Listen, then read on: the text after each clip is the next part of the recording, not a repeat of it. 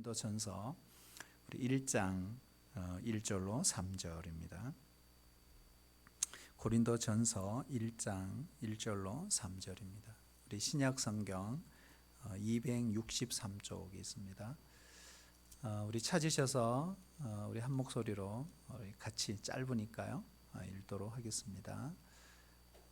고린도전서 1장 1절로 3절입니다. 같이 읽겠습니다. 시작. 하나님의 뜻을 따라 그리스도 예수의 사도로 부르심을 받은 바울과 형제 소스데네는 고린도에 있는 하나님의 교회 곧 그리스도 예수 안에서 거룩하여 지고 성도라 부르심을 받은 자들과 또 각 처에서 우리의 주 곧 그들과 우리의 주 대신 예수 그리스도의 이름을 부르는 모든 자들에게 하나님 우리 아버지와 주 예수 그리스도로부터 은혜와 평강이 있기를 원하노라.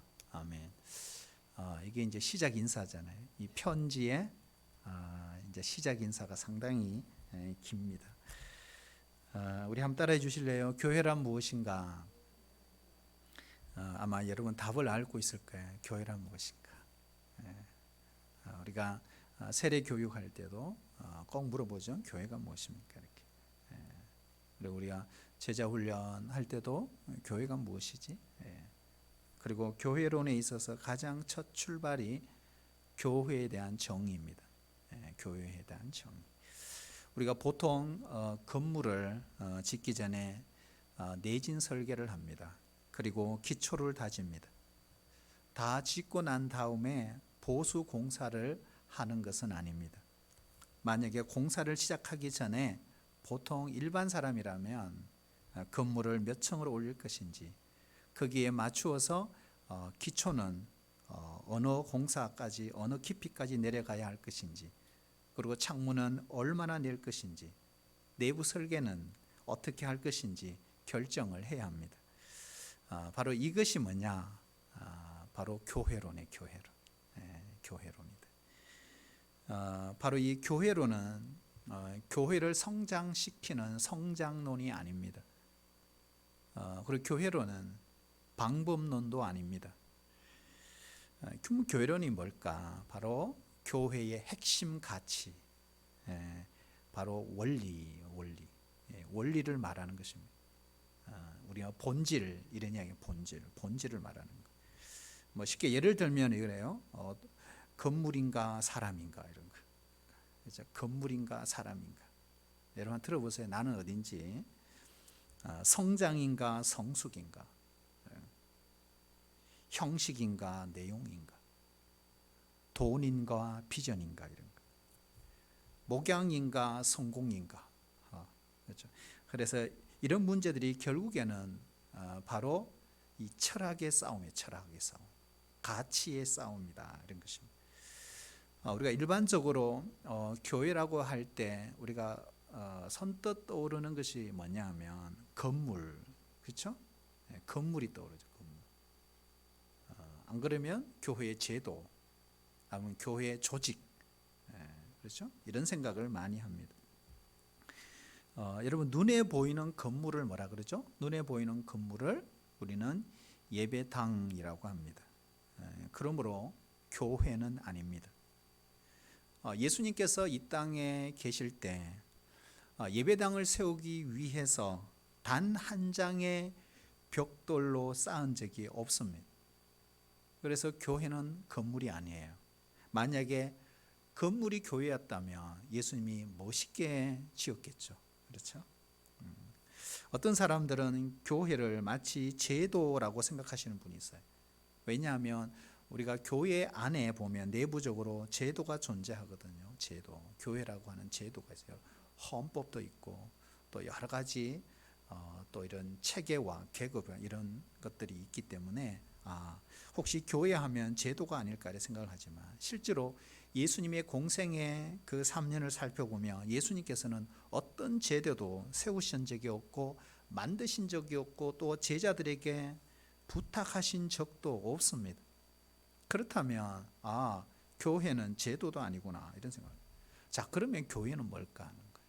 교회는 뭘까요? 건물도 아니고 제도도 아니고 또 조직도 아니에요. 조직. 조직도 아니에요. 그럼 뭘까요? 그래서 오늘 중요한 주제가 바로 교회의 정의입니다. 할까요? 교회를 어떻게 정의해야 할까? 교회를 어떻게 정리해야 될까? 우리 한마디로 말하면 교회는 이렇게 정의할 수 있어요. 예수 그리스도를 구주로 고백하는 사람들의 모임. 이게 바로 교회입니다. 예수 그리스도를 구주로 고백하는 사람들의 모임. 그러니까 오늘 모이셨잖아요. 바로 이것이 교회입니다. 예수님을 구주로 고백하는 사람들이 모인 그곳, 그것을 우리는 교회, 처치, 헬라어로는 에클레시아. 여러분 이거 에크라는 것은 바깥으로 끌어냈다. 바깥 에크, 헬라어의 에크, 바깥으로 끌어냈다. 다른 말로 말하면 불러냈다 이런 뜻이에요. 불러냈다. 그래서 교회는 부르심을 받은 자들 이런 뜻이 있어요. 부르심을 받은 자들. 어디요? 세상에서부터 부르심을 받은 자들. 이걸 에클레시아, 교회 이런 고백을 합니다. 오늘 함께 읽은 고린도전서 1장 2절에 보면 사도 바울은 고린도 교회를 어떻게 소개하고 있어요? 3절에 보면 이렇게 소개하고 있어요. 고린도에 있는 하나님의 교회 이렇게 돼 있잖아요. 자, 고린도에 있는 하나님의 교회를 오늘 본문에 보면 세 가지로 설명하고 있어요. 교회인데 어떻게 설명하고 있냐? 3절 그 위에 보면 곧 그리스도 예수 안에서 거룩하여 지고 이 교회라는 거예요. 두 번째, 성도라 부르심을 받은 자들 이 교회라는 거예요. 그 다음에 세 번째, 각 처에 또 각 처에서 우리 주 곧 그들과 우리 주 대신 예수 그리스도의 이름을 부르는 모든 자들 이게 바로 교회라는 거예요. 교회. 그렇죠? 자, 다시 정리해 보면 우리가 이렇게 볼 수 있습니다. 고린도에 있는 하나님의 교회는 첫 번째 뭐예요? 거룩하여 진 자. 그렇죠? 거룩하여 진 자. 이게 교회. 거룩하여 진 자. 결국 거룩한 사람이 교회라는 뜻입니다. 그다음 두 번째 뭘까요? 성도. 성도라 부르심을 받은 자들. 성도가 교회입니다. 그다음 세 번째 뭘까요? 예수님의 이름을 부르는 자들. 우리 아까 정리를 했잖아요. 예수님의 이름을 부르는 자들. 자, 그럼 여기에 공통점이 있어요. 공통점. 여기에 보면 첫 번째도 거룩한 자, 두 번째도 성도, 세 번째는 부르심을 받은 자, 부르는 자들 예수님을. 다 뭐예요? 사람의 사람.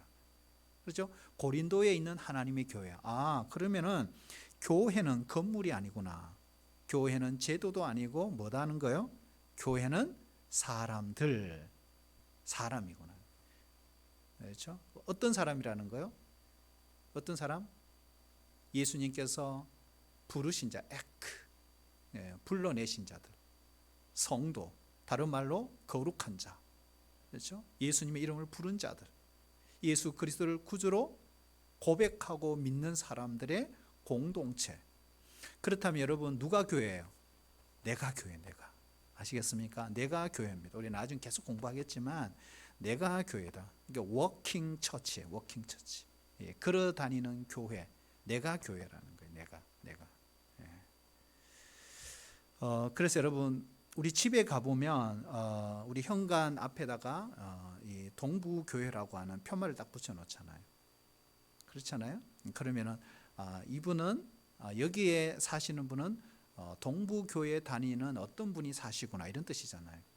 그래서 여러분 내 이름이 정말 중요한 거예요. 그 교표를 붙였다는 것은 내가 동부교회 다니는 예수 믿는 사람이구나. 그러니까 내가 교회니까 내가 거기에 살면서 어떤 영향력을 주느냐가 정말 중요한 것입니다. 왜요? 내가 교회니까 내가. 여러분 동부교회 이름을 잘 알리시기를 축복합니다. 잘 알려야 돼요. 아, 동부교회. 그래. 동부교회? 뭐 이렇게 하면 안 되잖아요. 동부교회. 아우 좋은 교회죠. 뭐 이렇게. 제가 여러분 자랑 안 하니까 제가 자랑하는 거예요. 그 좋은 교회구나. 자, 그러면 예수 믿는 사람들이 예수 믿는 사람들이 이 땅에서 주님의 뜻을 이루어가며, 그죠? 이루어가며 사는 그 모임, 그것이 바로 교회다. 자, 그렇다면 우리가 요즘 많이 쓰는 용어가 교회가 타락했다 이런 말 많이 쓰잖아요. 자, 그러면 교회가 타락했다는 말은 어떤 뜻입니까? 건물이 낡았다 이런 뜻이 아니죠. 그렇죠? 뭐 예를 들어 제도가 잘못되었다 이런 뜻이 아닙니다. 뭘까요? 바로 교회가 된 저와 여러분 자신이 어떻게 해요? 부패했다 이런 뜻이에요. 목사가 부패해서 이런 말이에요. 그렇잖아요. 교회 다니는 사람들이 정말 문제가 있어. 이렇게 됐다는 거예요. 이게 바로 교회가 타락했다 이런 뜻입니다. 바울이 전도에서 세웠던 여러 교회들이 있어요. 우리가 지금 사도행전을 보고 있잖아요. 사도행전 1차, 2차, 3차, 4차 우리 전도 여행을 하면서 가는 곳마다 하나님께서 바울을 통해서 교회를 세웠습니다. 그런데 그 수많은 교회들 가운데 가장 현대적인 교회가 어디냐? 바로 고린도 교회입니다. 가장 현대적인 교회가 고린도 교회였습니다. 왜 그러냐? 그 이유가 있습니다. 여러분 고린도라고 하는 지역의 특성이 있어요. 특성과 깊은 관계가 있습니다. 여러분 고린도는 어디에 있습니까? 우리가 그리스 지도를 보면 그죠? 그리스 아가야 도 안에 있는 바로 아가야 도에 있는 수도였던 고린도입니다. 여러분 수도니까 그 지역에 모든 부가 집중하겠죠. 그래서 부유한 상업 도시입니다. 뿐만 아니라 그 지역은 항구 도시였습니다. 심지어 이 고린도라고 하는 지역 안에는 이방 신전이 30개나 있었어요. 그 중에 대표적인 신전이 하나 있죠. 우리가 공부했죠. 아포로디테라고 하는 신전이 있어요. 그런데 그 신전에는 무려 여사제가 1000명이나 있어요. 1000명. 그 사람들이 뭘 하겠습니까? 모두 다 창녀들이었습니다. 그리고 밤이 되면 이들은 고린도 도시로 다 내려왔어요. 그리고 이 고린도 지역 안에 또 유명한 신전이 또 하나 있습니다. 바알 신전과 같은 멜카트 신전이죠. 멜카트 신전. 그러니까 이 신전에서 뭘 하느냐? 바로 호모섹스, 동성애의 본산지가 바로 고린도라는 사실입니다. 그래서 그 당시 바울 시대 그 당시에 고린도 사람, 고린도인 이름이 어떤 뜻일까요? 음란한 사람 이런 뜻. 음란한 사람 이렇게 통용이 됐다는 것. 2차 전도 여행을 통해 1년 6개월 동안 사역하면서 그곳에 바로 이러한 곳에 뭐가 세워졌어요? 교회가 세워진 것입니다. 아마도 고린도 교인들 중에는 이런 사람들이 있었을 거예요. 뭐 우리 성경에는 없지만 우리 얼마든지 상상이 가능합니다. 예수 믿기 전에는 술을 팔거나 안 그러면 음란한 행위를 하거나 안 그러면 우상 숭배를 했던 자들이 아마 고린도 교인들 중에 많았을 것이다. 심지어는 과거에 매춘 행위를 하던 사람도 있었을지도 모르겠다는 것. 뿐만 아니라 여러분 고린도 교회 안에는요 성령의 역사도 강력했지만 내홍도 많았어요.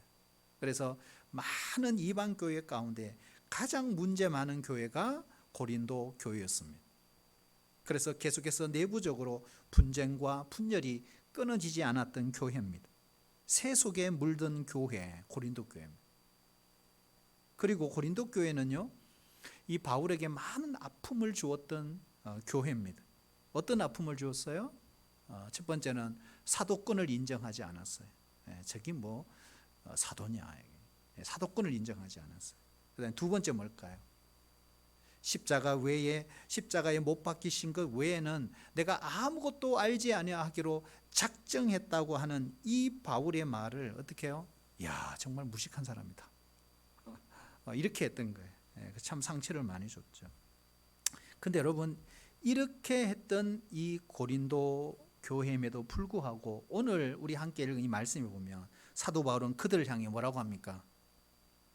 야, 너희들이 믿으려고 애쓰지만 여전히 너희들이 죄성을 버리지 못하는 이 죄인들아, 화 있을진저 하나님의 저주를 받을지어다. 뭐 이렇게 부르지를 않았어요. 이게 참 특이합니다. 그렇게 하지 않아서 뭐라고 했어요? 따라할까요? 하나님의 교회, 하나님의 교회라 그랬어요. 그리고 성도라고 그랬어요. 그리고 거룩한 하나님의 백성이다 그렇게 이야기합니다. 이렇게 불렀다. 이렇게 불렀다. 여러분 무슨 말일까요? 그럼에도 불구하고 문제가 많고 또 고린도 교회 구성 멤버들이 이러한 일이 있음에도 불구하고 많은 내홍을 겪고 분열과 분쟁과 맨날 싸우는 교회였음에도 불구하고 바울은 이렇게 말합니다. 첫 인사에 하나님의 백성으로서 조금도 손색이 없다, 이런 뜻입니다.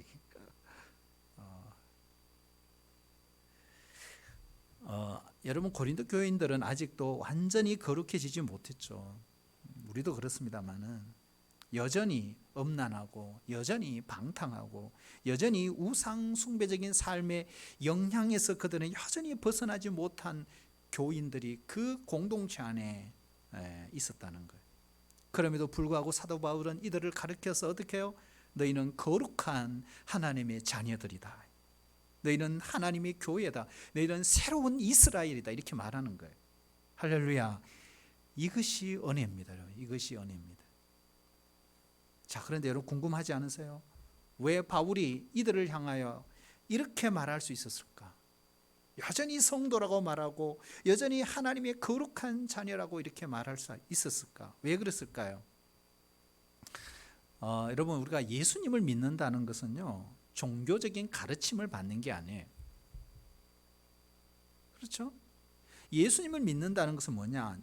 쉽게 좀 풀어서 말하면 이거 따를까요? 정치적인 망명을 하는 것입니다. 예수님을 믿는 것은 정치적 망명을 하는 것과 같다. 최근에 북한 대사관 중에 고위직들이 한국 대사관으로 정치적인 망명을 했습니다. 그들이 정치적 망명을 하는 이유가 뭘까요? 왜 그랬을까요?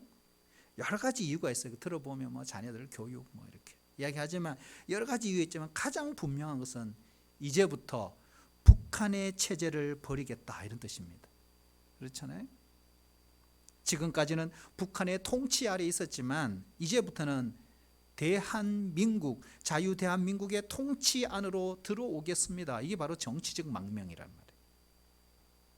이러한 정치적인 망명의 의사를 밝히면 어떤 일이 벌어지죠? 우리 한국 측에서 그 사람들을 안전한 곳으로 이동시킵니다. 그리고 그들을 보호합니다. 여러분, 똑같아요. 우리가 예수님을 믿는다는 게 뭘까요? 이겁니다. 이 세상에 이제는 죄의 통치를 받다가 이제는 세상의 죄의 통치가 싫다는 거예요. 이제부터는 하나님의 통치를 받으며 살겠습니다. 자신의 뜻을 밝히는 것이 바로 예수 믿는 것입니다. 아닌가요? 저만 연락이 이렇게 이야기하나요? 여러분, 그렇기 때문에 예수님을 믿는 사람들은요, 이 세상에 내가 가지고 누리고 있던 모든 지위나 신분을 버릴 각오를 해야 합니다. 바울은 다 버렸어요. 여러분 생각해요. 거꾸로 생각해 보면 북한의 고위직이었다고 해서 남한에 들어온다고 해서 우리 남한에서 그걸 인정해 주느냐? 인정해 주지 않습니다. 그걸 누릴 수가 없습니다. 그래서 이 세상에 누리고 있던 모든 지위와 신분을 포기해야 합니다. 이게 바로 정치적 투항이죠. 정치적 투항. 여러분, 우리도 마찬가지죠. 우리도 정치적인 투항만으로도 하나님은 우리를 자기 백성으로 받아주신다는 거예요. 그래서 오늘 사도 바울은 하나님의 거룩한 백성이라고 우리를 불러주시는 거예요. 너희는 에클레시아다. 너희는 성도다. 너희는 거룩한 자다. 너희는 구별된 자들이다. 이렇게 말씀하시는 거예요. 정치적 투항 그것만으로도 충분하다. 그러나 여러분, 어려운 문제가 하나 있어요. 그게 뭐냐 하면 당장에 우리를 천국으로 데려가지 않는다는 거예요. 이 세상에 예수 믿는 그 상태로 계속 살게 하신다는 거예요. 그 이유가 왜 그럴까? 왜 그럴까? 이 세상에서 이거죠. 따를까요? 하나님의 말씀대로 살라고, 하나님 말씀대로 살라고 이 땅에 우리를 그대로 놓아두시는 것입니다. 여러분, 우리의 믿음이 하나님께 우리를 믿지 못해서가 아니에요. 우리는 예수님을 믿는 순간, 하나님의 자녀가 되는 순간, 교회가 되는 순간 우리에는 새로운 정체성이 생깁니다. 새로운 정체성. 내가 누구인가라는 정체성이 생기고 이 정체성과 함께 우리에게 주어지는 것이 사명입니다. 사명. 두 가지를 잊지 말아야 돼요. 내가 누구인가 이걸 잊으면 안 되고, 두 번째는 나의 사명이 무엇인가를 잊지 말아야 됩니다. 여러분, 우리가 이 땅에 살면서 내가 하나님의 자녀다, 나는 거룩한 택함 받은 주의 백성이다, 여러분 이 정체성을 잃지 않기를 축복합니다. 그리고 두 번째는 이 정체성만 갖고 있으면 안 돼요. 섞이지 않고 구별되어 뭘 하라는 거예요? 사명 감당하는 인생 되라는 거예요. 먹다 죽는 인생이 아니라 사명 감당하라고 이 땅에 우리를 이렇게 심어 놓은 것입니다. 그래서 하나님의 영광을 드러내고 하나님의 나라를 세워가는 바로 그 사람들이 바로 성도라는 것입니다. 자, 그렇다면 여러분, 이 교회론을 할 때 교회에 4대 요소가 있어요. 우리가 정말 교회가 되었다면, 교회로서 정말 교회답게 살려면 어떻게 살아야 하는가? 오늘 두 가지만 보겠습니다. 두 가지. 오늘은 첫 번째 따를까요? 거룩성. 자, 교회의 거룩성이 있어요. 교회의 거룩성. 그러니까 쉽게 말하면 교회는 거룩해야 한다. 교회는 거룩해야 한다. 순결해야 한다. 이런 뜻입니다. 우리가 신자를 성도, 오늘 본문에서는 성도라고 그랬어요. 여러분, 성도를 우리가 어떻게 번역하죠? 성도는 구별된 자, 다른 말로 거룩한 사람. 이게 성도예요. 거룩한 사람. 과연 우리들은 거룩한가? 한번 돌아봐야 돼. 나는 거룩한가?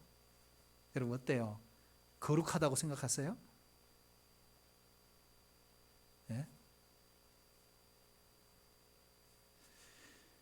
네. 답하기 쉽지 않죠. 왜냐하면 복잡하거든요. 이게 안 하기도 그렇고 하기도 그렇고. 그런데 만약에 생각해 봐요. 우리가 답을 못하고 참 답하기 쉽지도 않는데, 그렇다면 이런 생각을 할 수 있잖아요. 그러면 사람들이 모인 교회는 거룩한가? 그렇잖아요. 더 어려운 거예요. 그런데 여러분, 내가 정말 거룩한가? 여러분 한번 생각해 보셨어요? 내가 정말 거룩한가? 그렇다면 사람들이 모인 그 교회 공동체는 거룩한 것인가? 여러분 어때요? 만약에 여러분 거룩이란 기준이 내가 이렇게 살았기 때문에 거룩하고 내가 저렇게 살았기 때문에 거룩하지 않다, 만약 그렇다면 기준은 계속 바뀌는 거예요. 여러분, 이 거룩의 기준은 절대로 그게 아니에요. 그러니까 우리가 이걸 구분할 줄 알아야 돼요. 거룩의 기준은 그게 아니에요. 여러분 그러잖아요. 저 사람은 도덕적으로 정말 대단한 사람이에요. 그래? 진짜. 여러분 그게 거룩이 아니에요. 내가 내 자신을 돌아봐도 거룩한 것 같지 않아요. 그럼 여러분 중요한 거예요. 그렇잖아요. 한번 따라해 주실래요? 하나님이 거룩하다고 인정하셨기 때문에 거룩한 거예요. 그 이야기를 하는 거예요. 오늘 하나님이 거룩하다고 말씀하셨기, 하나님이 성도로 부르셨기 때문에 거룩한 거예요. 여러분 우리 모두는 100% 죄인입니다. 우리 중에 그 어떤 사람도 죄인이 아닌 사람이 한 사람도 없습니다. 그러나 오늘 말씀처럼 예수 그리스도 안에서 우리를 거룩하다 인정해 주시는 것입니다. 그래서 오늘 2절 말씀해 보세요. 2절 말씀 보면 그리스도 예수 안에서 어떻게 해요? 거룩하여 지고, 이렇게 했어요. 자, 우리는 거룩해지기 위해서 노력하는 게 아니에요. 말하자면 구원받기 위해 노력하는 게 아니란 말이에요. 천국 가기 위해 노력하는 게 아니란 말이에요. 이미 하나님의 자녀가 되었고 구원받았고 거룩해졌고 거룩의 삶을 사는 것입니다. 아시겠죠? 그러니까 이미 예수 그리스도 안에 들어가는 순간 우리는 거룩한 자입니다. 여러분 신자는 예수님 안에 있는 자들이 신자입니다. 그러므로 어떻게 해요?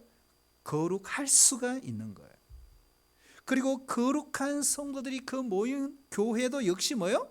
거룩할 수가 있다 이거예요. 여러분 이제는 거룩한 자가 되었으니 이제는 아무렇게 살아도 되겠네? 안 해요. 절대 그렇지가 않아요. 여러분 우리가 거룩하지 않는 자였잖아요. 그런데 거룩하다고 구별해 주셨으므로 이제는 지금부터 거룩한 삶을 살며 거룩하신 하나님의 영광을 드러내야 될 의무가 있다. 여러분 베드로전서 2장 9절에 보면요, 유명 말씀이 너희는 택하신 족속이요 왕같은 제사장이요 거룩한 나라요 그의 소유된 백성이니. 이 네 가지는 뭐예요? 특권이잖아요. 뭡니까? 거룩한 백성이 되었다. 내 자녀가 되었다. 그 다음에 어떻게 해요? 아름다운 덕을 선포하게 하려 함이라. 이제는 하나님의 자녀로서 어떻게 살아야 된다고요? 예수님 자랑하며 복음 자랑하며 살아라, 이겁니다. 그게 뭐예요? 거룩한 삶이라는 거예요. 그래서 여러분 한번 따라해 주시고요. 교회는 거룩해야 합니다. 그리고 거룩하게 된 우리들이 이제부터는 거룩한 삶을 살아가야 되고 거룩에 합당한 그런 생활을 해야 된다는 거예요. 거룩성. 우리 두 번째 볼까요? 교회는 두 번째는요, 하나여야 한다. 교회는 하나의 원, 하나여야 된다. 교회는 두 개면 안 돼. 교회는 하나여야 한다. 자, 한번 볼까요? 이게 무슨 뜻인가? 자, 에베소서 우리 4장 3절 6절 우리 같이 한번 읽겠습니다. 시작. 평안에 매는 줄로 성령이 하나 되게 하신 것을 힘써 지키라. 몸이 하나요 성령도 한 분이시니 이와 같이 너희가 부르심의 한 소망 안에서 부르심을 받았느니라. 주도 한 분이시요 믿음도 하나요 세례도 하나요 하나님도 한 분이시니 곧 만유의 아버지시라. 만유 위에 계시고 만유를 통일하시고 만유 가운데 계시도다. 아멘. 여러분 딱 읽으니까 감이 오죠. 그죠? 무슨 감이 와요? 교회가 하나여야만 이유, 너무나 당연하구나 하는 걸 알 수 있어요. 왜요? 그 원리가 있어요. 여기 보면 하나님도 한 분이시요, 그렇죠? 예수님도 한 분이시고 성령님도 한 분이시요, 우리 몸도 하나요 세례도 하나요 믿음도 하나요 그 다음에 소망도 하나이다 그랬어요. 자, 그렇기 때문에 교회는 하나여야 합니다. 네, 하나여야 합니다. 만약에 교회가 하나 되지 않는다면 이건 뭔가 잘못된 것입니다. 여기 보면 교회가 하나여야 된다, 이 뜻이 뭘까? 이 뜻은 모임이 하나여야 된다, 모임의 숫자가 하나여야 된다, 이런 뜻이 아니에요. 만약에 여러분 모임이 하나만 있어야 된다 이렇게 이야기하면 우리가 주일마다 전 세계의 모든 크리스찬들이 난리법석을 지키지 않겠어요? 왜요? 한 곳에 모여 그 장소에서 하나님을 예배해야 되니까. 네, 그런 의미가 아니라는 거예요. 여러분 교회가 하나여야 된다는 말은 이런 겁니다. 예수님을 중심으로 하여 서로 다른 파가 있을 수 없다. 그러니까 예수 그리스도 터 위에는 어떤 다른 파도 존재할 수가 없다. 그런데 여러분 현실은 그래요 안 그래요? 그렇지가 않아요. 우리 현실을 돌아보면 로마 가톨릭이 있죠, 그렇죠? 그리스 정교회가 있죠. 그리고 또 뭐가 있죠? 그 다음에 영국 성공회가 있죠, 그렇죠? 영국 성공회. 우리나라도 있습니다, 성공회, 영국 성공회. 그리고 개신교가 있어요. 그렇죠? 이게 나눠진 거죠, 나눠. 그리고 개신교 안에도 보면 어떻게 해요? 분파들이 너무너무 많아요. 그러면 이러한 현실을 우리가 어떻게 이해해야 되는가? 왜냐하면 교회의 원론적으로 보면 교회는 무조건 하나여야 됩니다. 하나. 예수님 중심으로 해서 하나여야 되는데 불구하고 너무나 분파가 많아요. 너무나 교단이 많아요. 여러분 이걸 어떻게 이해해야 될까?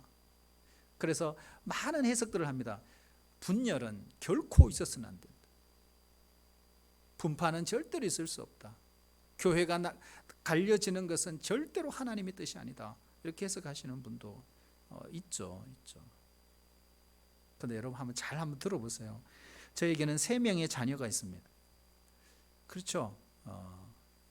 여러분 모르세요? 저희 집에 애가 3명이에요. 근데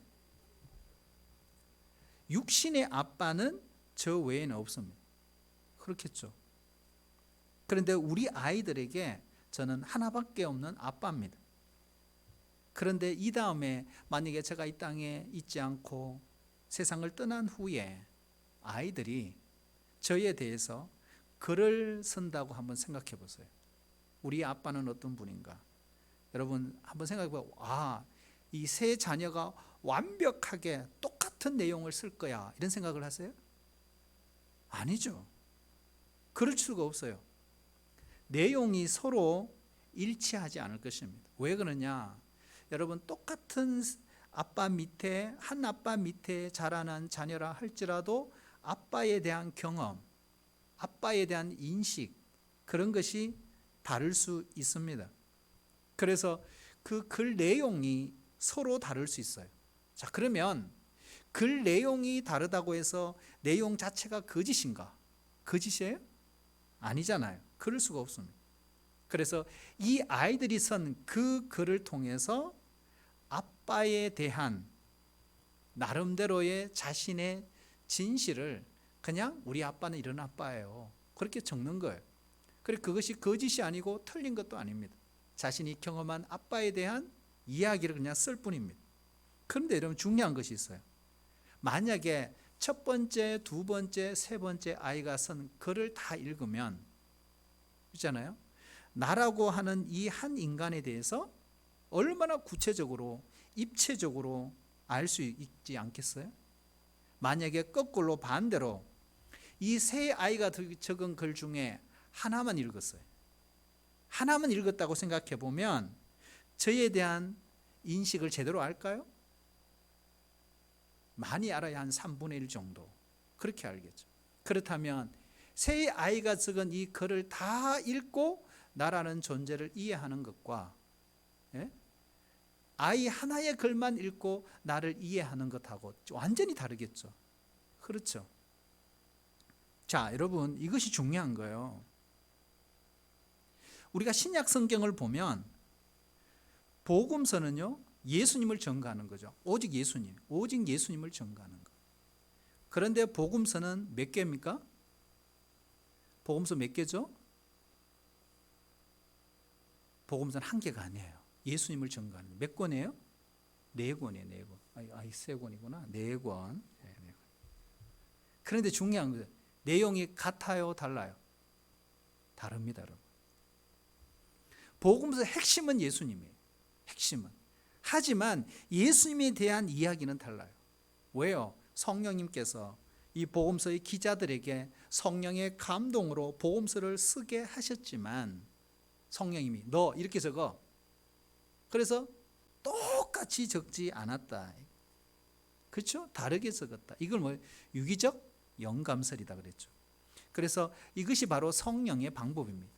그 사람이 배운 글, 학식, 학벌, 그리고 그 사람이 갖고 있는 문체, 그리고 예수님을 체험한 경험, 이런 것들을 다 합산해서 예수님을 증거하고 기록을 하되 어떻게 실수하지 않도록 성령님께서 그 기자들에게 감동을 주셔서 정확하게 그가 경험한 예수님을 적을 수 있도록 성령이 역사하셨다는 거예요. 기계적 영감설이 아니라는 거예요. 왜 그러냐? 우리 성령 하나님은 인격적인 분이십니다. 그래서 인격자이신 성령님은 언제나 인간의 인격을 사용하십니다. 여러분 마태라는 사람은 직업이 세리입니다. 세리의 인격이 있고요. 마가라는 이 기자는 청년이에요. 청년의 인격을 갖고 있어요. 여러분 누가복음의 저자인 누가는 어떤 사람이죠? 의사입니다. 이 사람은 과학적이고 분석적인 인격을 갖고 있어요. 여러분 사도 요한은요 노인의 인격을 갖고 있어요. 그래서 그들에게 맞는 것으로 성령이 감동을 하셨고 그들의 인격 속에서 만난 그 예수님에 대해서 쓰게 하신 거예요. 그것이 바로 마태복음이고 마가복음이고 누가복음이고 요한복음이라는 거예요. 그래서 이 네 복음서로 인해서 한 분이신 예수님을 더 구체적으로 한 권보다 4권을 통해 더 입체적으로 더 바르게 정확하게 예수님을 이해할 수 있다 이 말이죠. 만약에 여러분 거꾸로 이런 질문을 해봐야 돼요. 만약에 단 한 권의 복음서만 주어졌다, 그러면 어떻게 생각할 수 있을까요? 예수님을 입체적으로 이해하는 건 불가능한 일입니다. 여러분, 이런 관점에서 보면요, 우리가 이 세상에 있는 수많은 교회의 이 분파가 그러면 반드시 부정적이냐? 그렇지는 않다. 여러분, 예배를 한번 드려보셨는지 모르겠는데요, 저는 한번 감리교회 가서 예배를 드려본 적이 있어요. 와, 이상하더라고요. 똑같은 개신교잖아요. 근데 내가 이상한 데 와 있는 것 같은 거예요. 전혀. 그래서 장로교에서 예배 드릴 때 하고요, 감리교 예배 드릴 때 달라요, 여러분. 분위기도 다르고요, 순서도 다르지만 분위기 자체가 달라요. 여러분, 성결교에서 예배 드려 보셨어요? 다른 은혜가 있어요. 여러분, 카톨릭에 가서 예배를 들어 보셨어요? 우리 개신교하고는 완전히 다르잖아요. 여러분, 이단에 가서 한번 예배 들어 보셨어요? 고개를 끄덕끄덕 하시는 분이 있어요. 가면요, 빨리 나오고 싶어요. 그래서 여러분, 이 네 개의 복음서가 주님을 바르게 이해하는 데 절대적입니다. 여러분, 그러면은 다양한 교회에 이 땅에 분파가 있다는 것은 꼭 부정적이 아니고 상당히 긍정적인 거예요. 그러나 여러분, 이런 긍정적일 때는 반드시 어떤 지켜야 될 원칙이 있어요. 어떨 때 긍정적이냐 하는 거예요. 어떨 때요? 한번 따라해 주실래요? 교파에 대해서 열려 있을 때. 자, 교파에 대해서 열려 있을 때는 긍정적입니다. 다시 말하면, 나는 장로교인인데 우리 교단의 교리는 이건데, 여러분, 교단마다 교리가 좀 다르거든요. 구원론도 좀 달라요. 세례도 달라요. 그런데 내가 믿고 있는 그 교단의 교리를 뛰어넘어야 하는 거예요. 그리고 다른 교파를 수용할 줄 알고 배울 수 있어야 돼요. 그래야 내가 알고 있는 예수님보다 더 온전한 예수님을 이해할 수가 있다 이거예요. 여러분, 생각해 봐요. 어떤 한 교단을 만든다는 건 참 어려운 문제입니다. 그리고 그 교단은 수많은 교회들이 있어요. 수많은 학자들이 있고 수많은 목사님들이 있어요. 그분들이 성경을 읽고 연구하고 관찰해서 만들어 놓은 교리들, 자기들만의 교리들이 있단 말이에요. 근데 여러분, 그 교리가요, 보통 교리가 아니에요.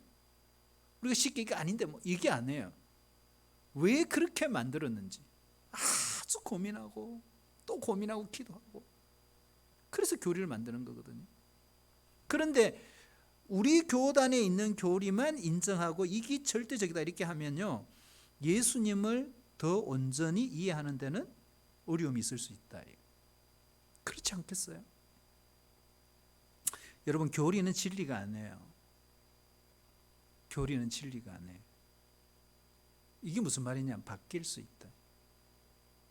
여러분, 여기 와보면 이런 소리 하는데 저기 가면 저런 소리를 해요. 진리는 그러면 안 되잖아요. 그러니까 교리가 조금씩 다르다 이 말이에요. 교리는 뭐냐 하면 성경을 읽고 연구해서 신학적으로 진리에 대한 인간의 고백이에요. 우리는 이렇게 믿습니다 이거예요. 예? 그런데 우리 현실을 보면요, 교파 간의 이 벽이 참 높아요. 참 배타적이거든요. 쉽게 말하면 우리는 내가 선택한 복음서 이것만 옳은 거야 이렇게 말하는 거예요.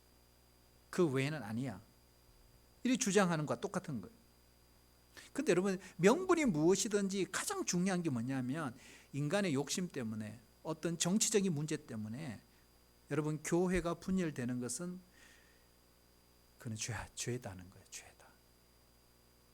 정치적인 문제, 또 인간의 욕심 때문에 분열되는 것은 인간의 죄 때문입니다. 긍정성이 없어요.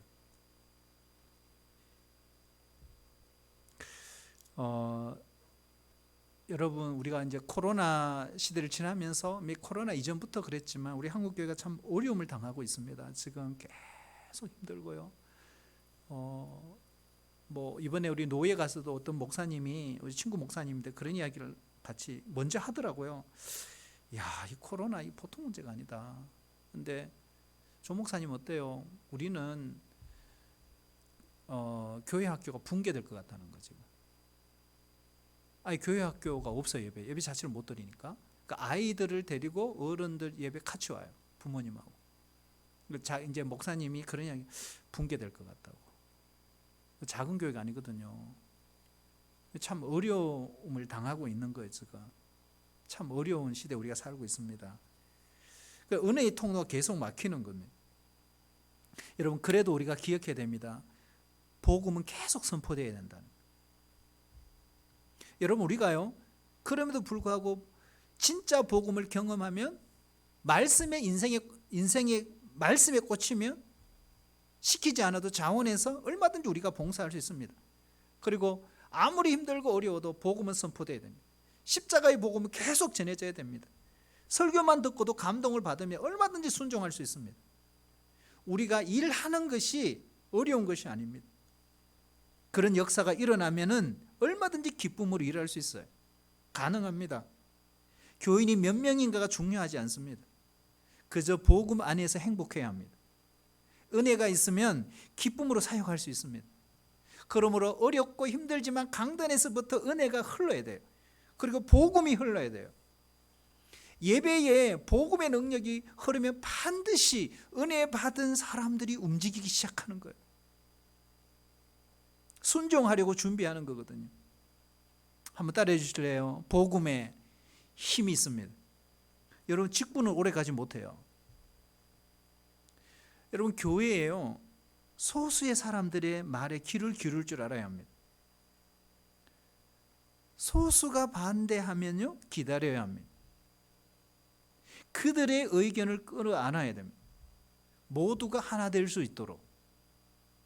그게 뭐예요? 존중입니다. 교회는 하나 되어야 합니다. 화합해서 만들어 가야 됩니다. 여러분, 일을 잘 한다는 것은요, 혼자 잘난 체하며 독불장군하는 것으로 가면 안 돼요. 여러분, 관계를 깨면서 할 수 있는 일은 주의 일이 아니에요. 우리가 일이 조금 늦을 수 있어요. 그러나 가장 중요한 것은 함께함의 원리입니다. 안 되는 일을 막 밀어붙이다가 사흘을 내는 목회자들이 종종 있거든요. 그러다가 보니까 아니나 다를까 사고가 나요. 갈등을 조장하는 사람, 화해를 깨는 사람이 되어서는 절대로 안 되는 거예요. 여러분, 성경 창세기부터 계시록까지 어느 곳으로 봐도, 어디에 봐도 하나님이 기뻐하시는 지도자 중에 그런 사람은 없어요. 성경은 우리에게 이렇게 말해요. 하나됨을 지키기 위해 힘써라. 예수님도 요한복음 17장의 대제사장의 기도문에서 12제자가 하나 되게 하옵소서, 그렇게 기도했거든요. 갈등에 빠지고 분쟁을 경험하는 교회 중에요, 회복해서 다시 일어나는 교회를 저는 본 적이 없습니다. 결국에 어떻게 되느냐? 분열해요. 깨어져요. 나누어져요. 그 분쟁의 결론입니다. 그래서 여러분, 교회는 영적인 분위기가 참 중요합니다.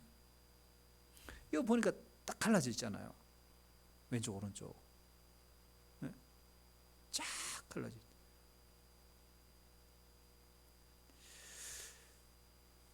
근데 참 여러분, 교회가요, 이렇게 은혜가 위로부터 쭉 해서 막 이렇게 흘러가서 막 춤을 추고 움직여야 되거든요. 우리가 말씀 사역자 모임을 하면서 정말 제가 감사했던 게요, 우리 유치부, 아동부, 청소년부가 줌으로 예배를 너무너무 잘하고 있는 거예요. 너무너무 감사했어요. 정말 한 마음이 되고 하나가 되어서 소통하고 너무너무 감사하더라고요. 일주일에 한 번씩 줌으로 순모임하고 아이들하고 만나고 줌으로. 안 만나는 사람도 있긴 있더라만. 여러분 줌으로 예배 들으는데 보니까 80% 이상이에요, 애들이. 이 정도면요 정말 잘하는 거예요. 정말 잘하는 거예요.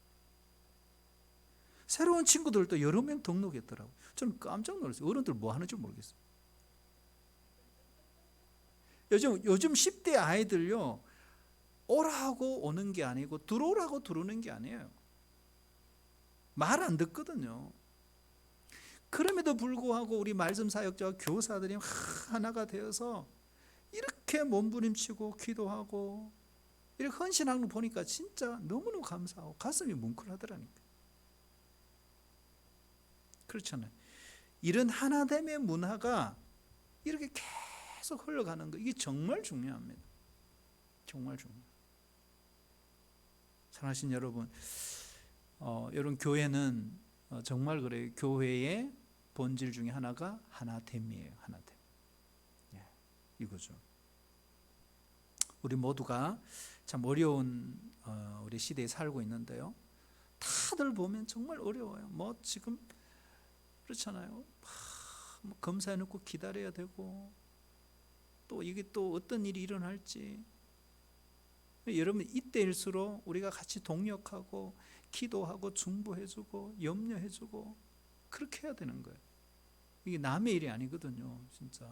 그래서 이때일수록 우리가 더 힘을 합하고 마음을 합해서 교회를 든든히 세워가고 서로 동력해서 아름다운 이런 그리스도의 문화들을 만들어가는 것이 정말 중요하다고 생각합니다. 여기에 교회가 교회됨이 있음을 믿고요, 우리가 새로운 날, 좋은 날 주님께서 그날을 주실 거예요. 그러니까 힘을 내고 더 하나 되는 우리 성도들이 다 되시기를 축복합니다. 우리 한번 기도하겠습니다. 하나님 감사합니다. 우리가 교회의 본질을 붙들고 살게 하여 주시옵소서. 한 영혼 한 영혼을 살려내는 교회가 되게 하여 주시옵소서. 교회의 영적 분위기는 너무나 중요합니다. 하나됨을 힘써 지키라. 이것이 바로 하나님의 방법이다 말씀하고 계십니다. 하나님 아버지, 이 어려운 코로나 시대에 우리 모든 성도들이 이처럼 하나 되고 연합해서 함께함의 이 원리를 통해 교회가 교회되고 하나님이 기뻐하시는 교회들로 세워져 갈 수 있도록 축복하여 주시옵소서. 코로나로 인하여 우리의 일상이 정말 불안하고 내일을 알 수 없는 일들이 참 많습니다. 아버지 하나님께서 그럼에도 불구하고 우리에게 믿음의 동력자들이 있고 믿음의 동지들이 있고 함께 중보해 주는 이런 성도들이 있음을 믿고 힘내게 하시고, 풍랑 가운데서도 사도 바울을 세우시는 주님, 우리의 인생의 풍랑 가운데서도 우리를 놀랍게 세우시고 안심하라, 두려워하지 말라, 걱정하지 말라, 내가 너와 함께한다, 내가 다 너를 안다, 하나님이 인도하심을 믿고 우리가 더 함께하는 이 원리를 지켜나가는, 그리고 함께 이 어려움을 이겨내는 우리 성도들이 되게 축복하여 주시옵소서. 예수님의 이름으로 기도하옵나이다. 아멘.